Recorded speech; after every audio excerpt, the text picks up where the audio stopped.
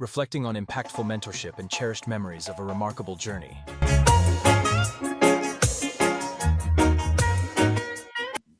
We've advertised this Mark Twain comment quote many times, and today it really is appropriate. It always was, but today it's really appropriate. It's easier to fool people than to convince them that they have been fooled. And there is no case more exemplary of this than the university case. Keep that in mind, people. This is one that Joan, I just want to thank you for bringing this to our attention.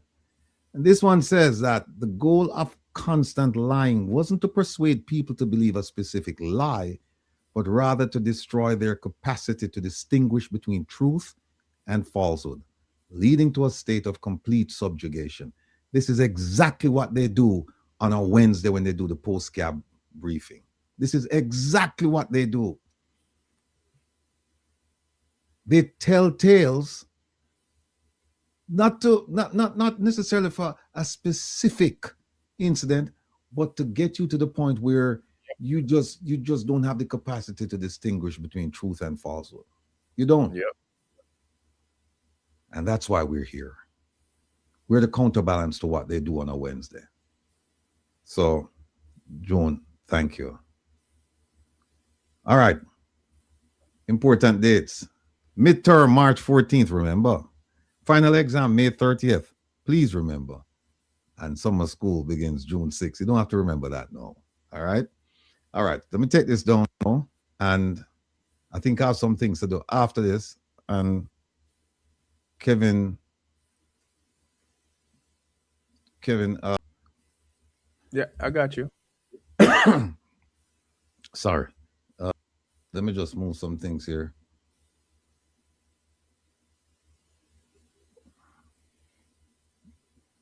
All right, just set me up on this, the second one here. I don't see the tabs. Yeah, folks, what we're gonna do now is we're gonna start with Ambassador Award. And the segment is called My Journey with a Giant.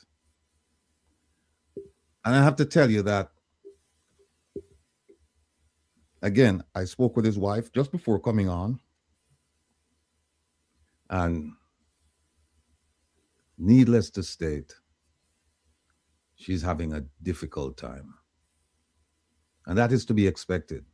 They've been married for years and years and years.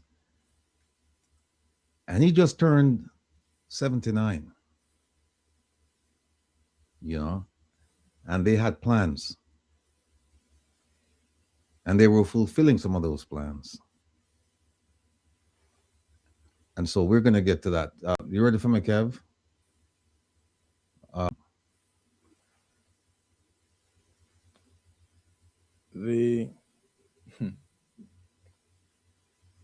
Yeah, they're on this right here. The one with Ambassador Ward. Aren't you doing his presentation here? No, I'm going to do the Ambassador Ward first. Okay. Or if you want, I can start with this. Do the video. Do this video? All right. All right. It's short. Let me move this. Hold on.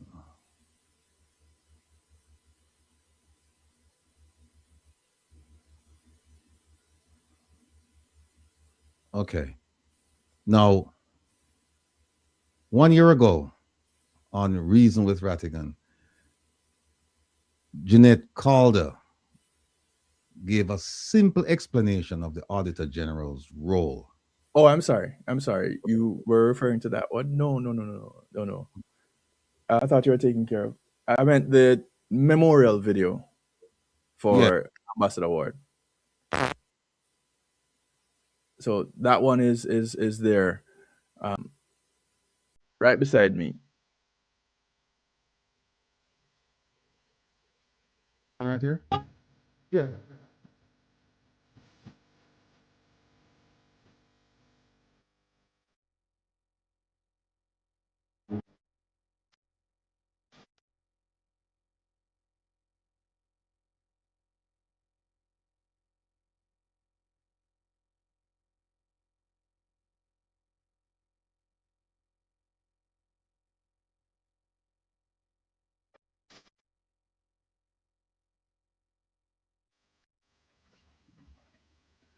God bless 30 seconds.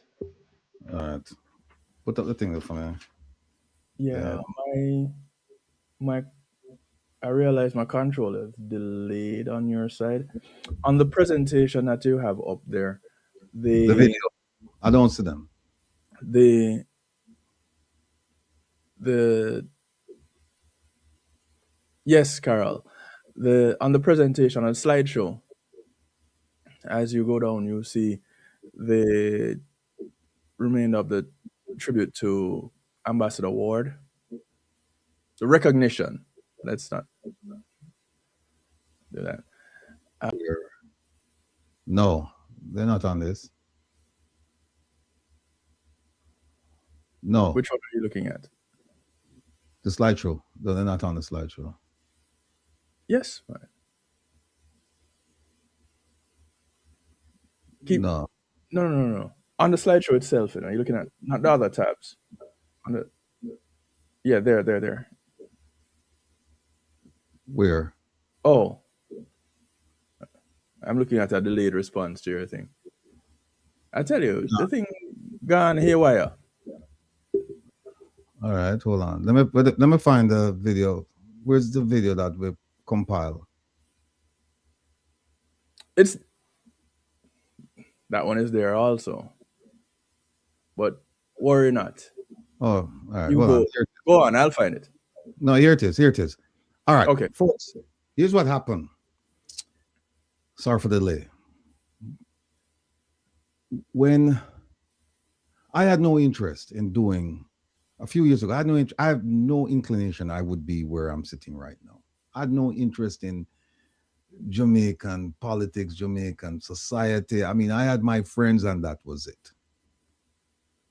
And then the Jamaican government came out with a program called Mapping the Diaspora, MAPPING. It was a global program, and the consulates, high commissions, those offices, they were required to seek out people in the diaspora with particular skill sets and try to recruit them to return to Jamaica. That's how I got involved with the police commissioner's position. I was recruited by the government of Jamaica to come home. And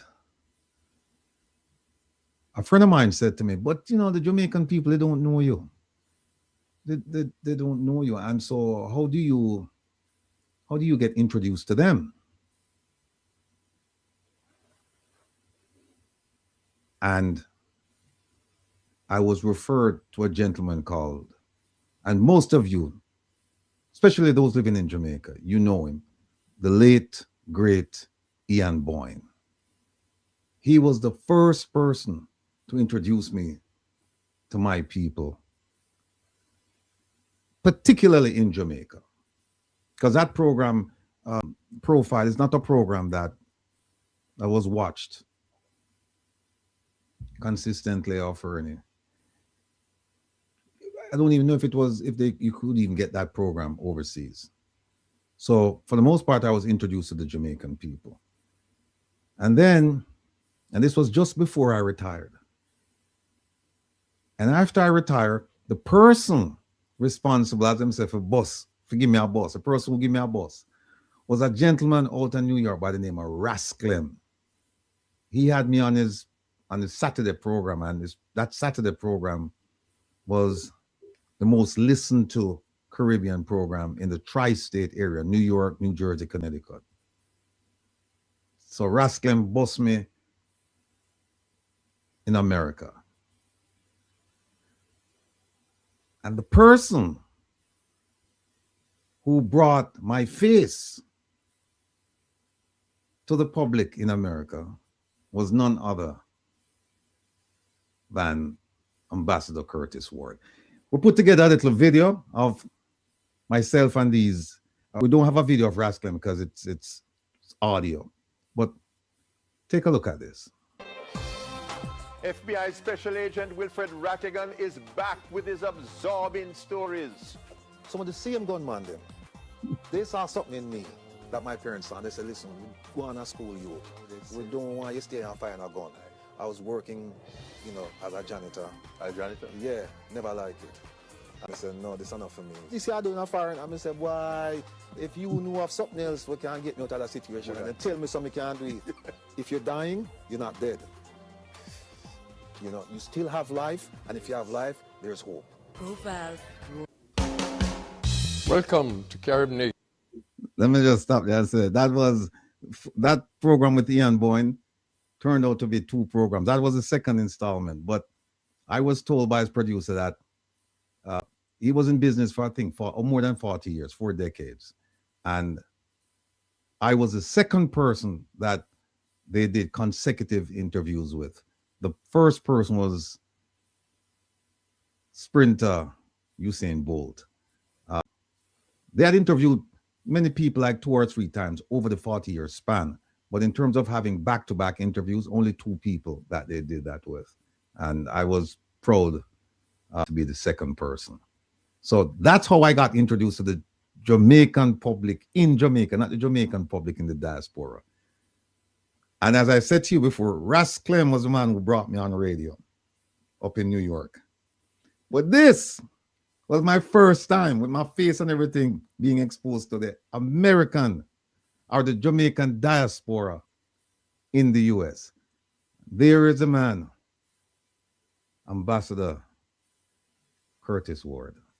Today we are going to be looking at some of the issues surrounding crime and justice and security in Jamaica and throughout the Caribbean.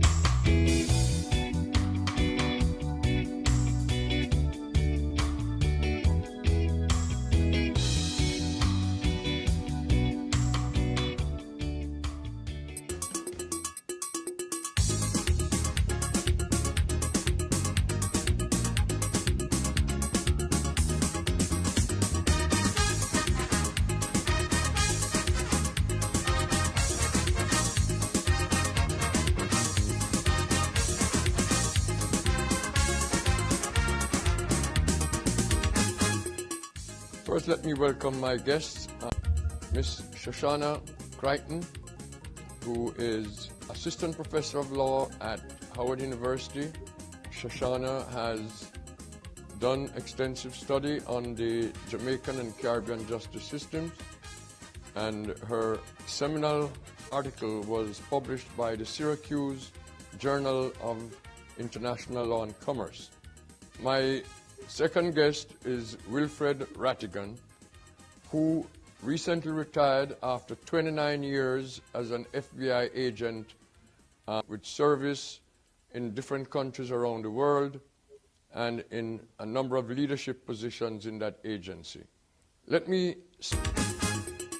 Today on Caribbean Nation Television, I have with me. This is another segment, another program on Caribbean Nation. A group of Jamaican diaspora leaders, law enforcement and security experts, to discuss an issue of great importance to us. Can Jamaican diaspora expertise help Jamaica to deal with its intractable crime and violence, which have plagued Jamaican society for a very long time? You know, the fact is, Jamaica has not developed an appropriate crime fighting tool. Jamaica has relied heavily on states of emergencies, which have not worked. And this question of diaspora expertise contribution was raised in a recent town hall meeting hosted by Her Excellency Ambassador Audrey Marks of Jamaica to the US. Her special guest was Dr. Harris Chang, Deputy Prime Minister of Jamaica and Minister of National Security. And he was asked specifically to respond to the question of whether Jamaican diaspora expertise can contribute to ameliorating the crime problem in Jamaica. That question was posed by none other than one of our special guests here today, Attorney Delia Walker Huntington. And I will ask her in a moment to remind us of what that question was. And I will offer for you a video response from Dr. Chang. We also have with us today Dr. Karen Dunkley, the Global Diaspora Advisory Council Northeast representative. And we have Wilfred Rattigan, an attorney with some 30 years of expertise in law enforcement as a special agent of the U.S. Federal Bureau of Investigation, now retired. Now let me turn to... So folks, that's how I started in this thing. Big up to Rasclem, big up to Ian Boyne, and of course, big up to the man himself, Ambassador Curtis Ward. Now I think, Kevin, we have a video, right? The one Reason with Rattigan. Yes, but I also have a question. Sure. What was that pre-RAS stage of your life? That what was going on there? It's called COVID. That's what it's called. Oh, Tita, me say, go back here. But I know you'd go there. I know you'd go there. And all right, you know what, folks? I might just do it again. Go for it. All right, but you know, Ambassador Ward came on. He came on this program about 3 times. Always made invaluable contribution to it. We won't play that video because it's just another example of being with him and sharing idea. Now let me tell you about the man. I met him just before I retired in 2017, and we became fast friends. His wife, Sonia, I mean, I still call her the boss, and he would refer to her as the boss, you know.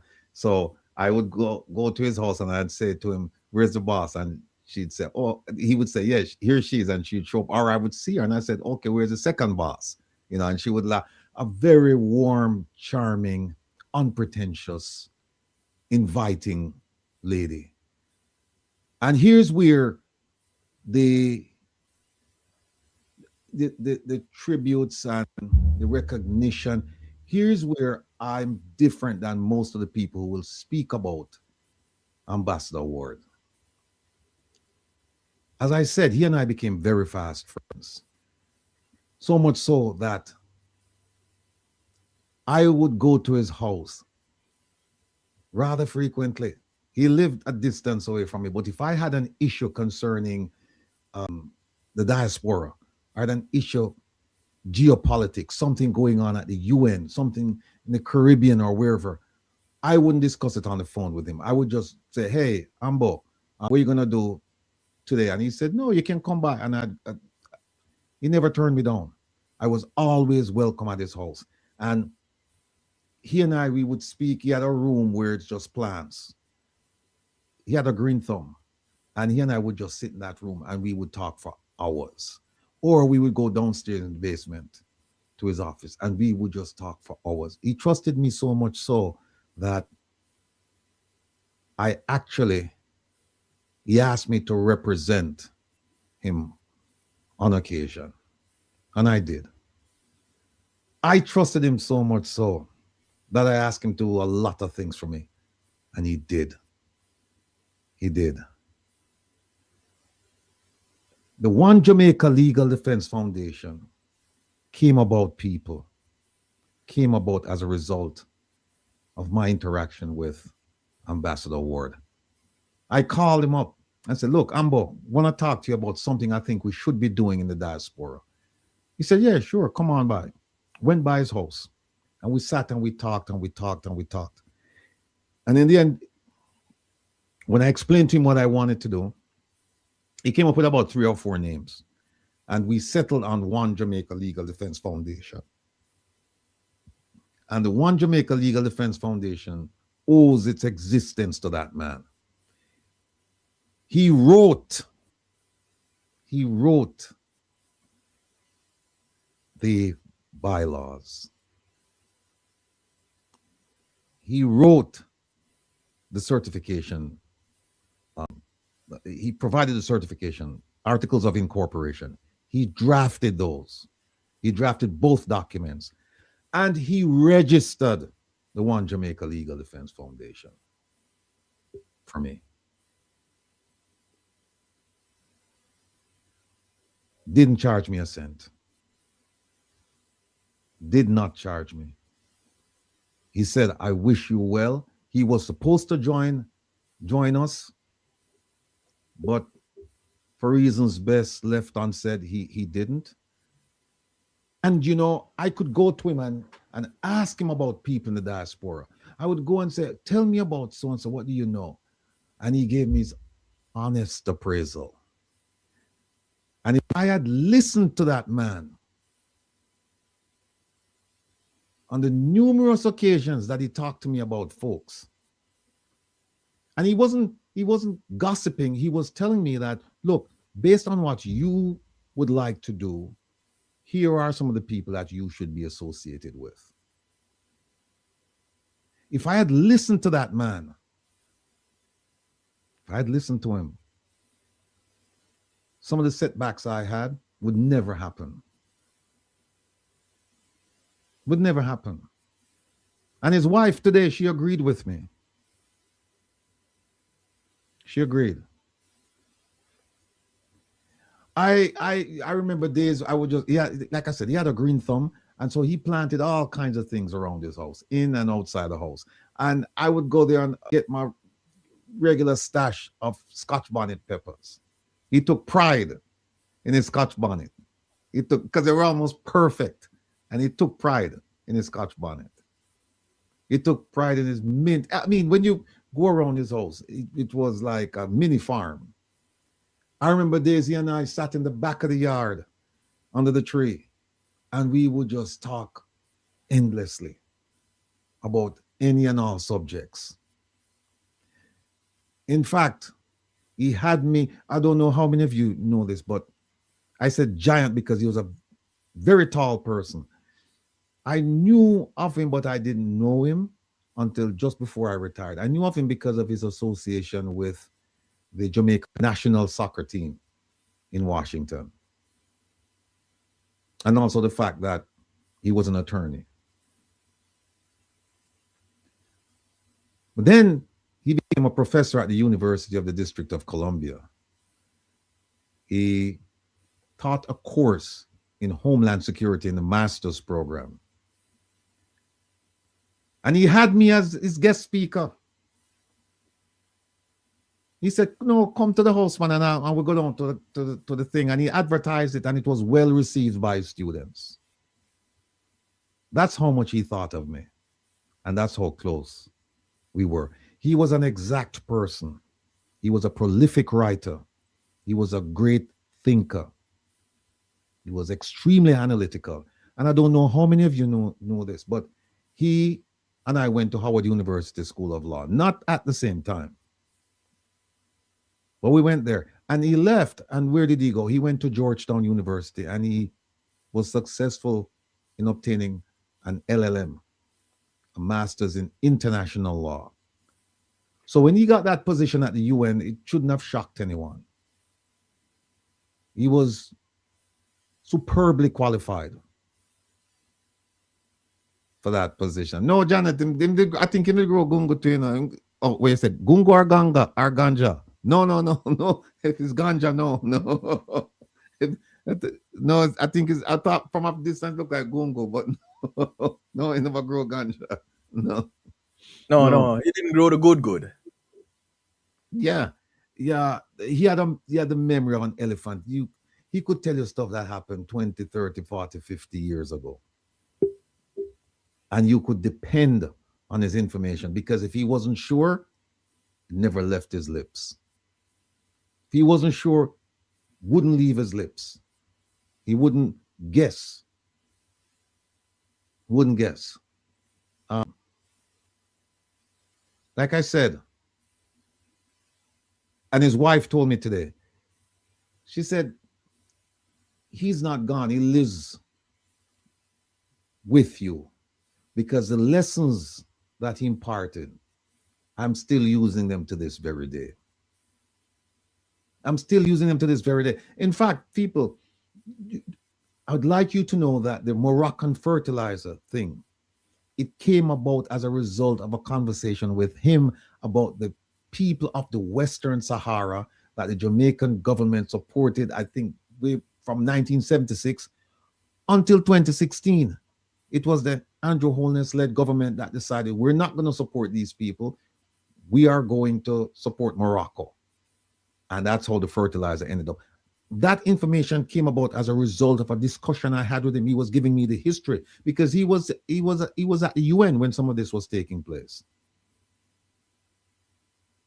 He was at the UN when you know, the support for the people of the Western Sahara was intact. So he gave me the history, and he gave me the history about a whole range of topics. I mean, you would never get bored. That's why when I went to his house, I was there for hours on end. And he never gave me an impression that I was a bother or that he had something to do and I was just like impeding him from doing what he planned on. No. He always welcomed me. And so I'm not going to say goodbye. Because the things he taught me, the things he explained to me, they will live with me. And I use them constantly, particularly when it comes to diaspora matters and issues having to do with the Jamaican government. He has taught me certain strategies. He has assessed certain people for me. And as I said, you live and you learn. If I had listened to this man, Professor, I would be way ahead. But you know what? God works in mysterious ways. And you know what? When all of these things were happening, he never once said to me, I told you so. Never. One of the last communications we had, he wrote to me and he said, word has it that you're a candidate in the upcoming diaspora election. And I said to him, Ambo, I am. And will you support me? And he said, of course you have my support. So, and by the way, I call him Ambo because when it's a common term that Americans use to refer to U.S. ambassadors. So when I was overseas and we're talking about the ambassador, we'd always say Ambo, A-M-B-O. But you would never call the ambassador Ambo. You know, you'd say ambassador, whatever the name is. But if you're referring to a colleague, you say, yeah, the Ambo this or the Ambo that or whatever. So I refer to him affectionately as Ambo, not Curtis or Ambassador Ward, But I could just go on and on and on and on and talk to you about this man. Wonderful human being. Wonderful human being. But, you know, we have our time, and he's done his journey, and he did it well.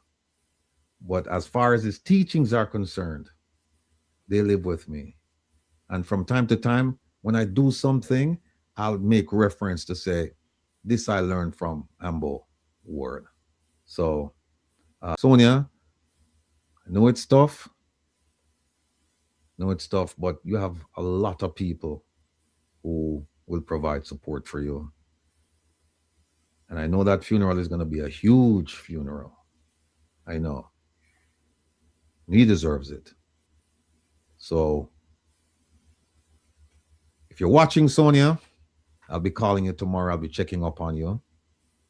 And I need to get you back to the point where, you know, I know you're emotionally, spiritually, and otherwise. I know you're in the doldrums right now, but a brighter day is around the corner.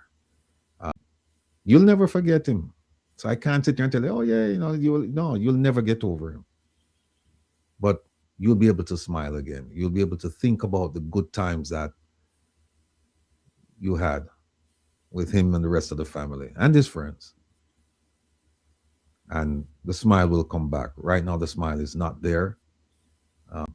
So if you're listening, if you're watching, I will be calling because I intend to put that smile back. Because I consider myself part of the family for the amount of time I come out of the house, you know, and not throw me out.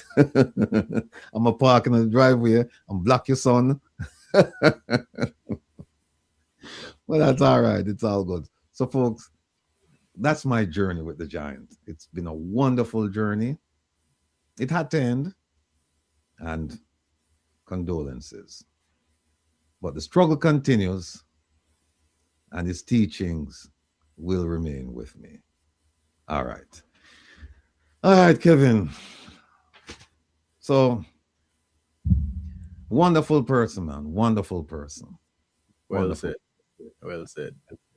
And those stories, like his wife said, that makes him live on in you and with you.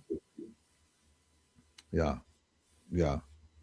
He introduced me to a lot of people, you know, and like I said, he opened some doors for me. And he was one of those people who, instead of saying no, and that's the end of that, he would say no, but here's how you get to a yes. He would guide and counsel you to get to your destination. He wouldn't just block you and say no. You know, he would say no, not that way. Here's how you do it to get to a yes. So, Ambo, big up yourself. Big up yourself.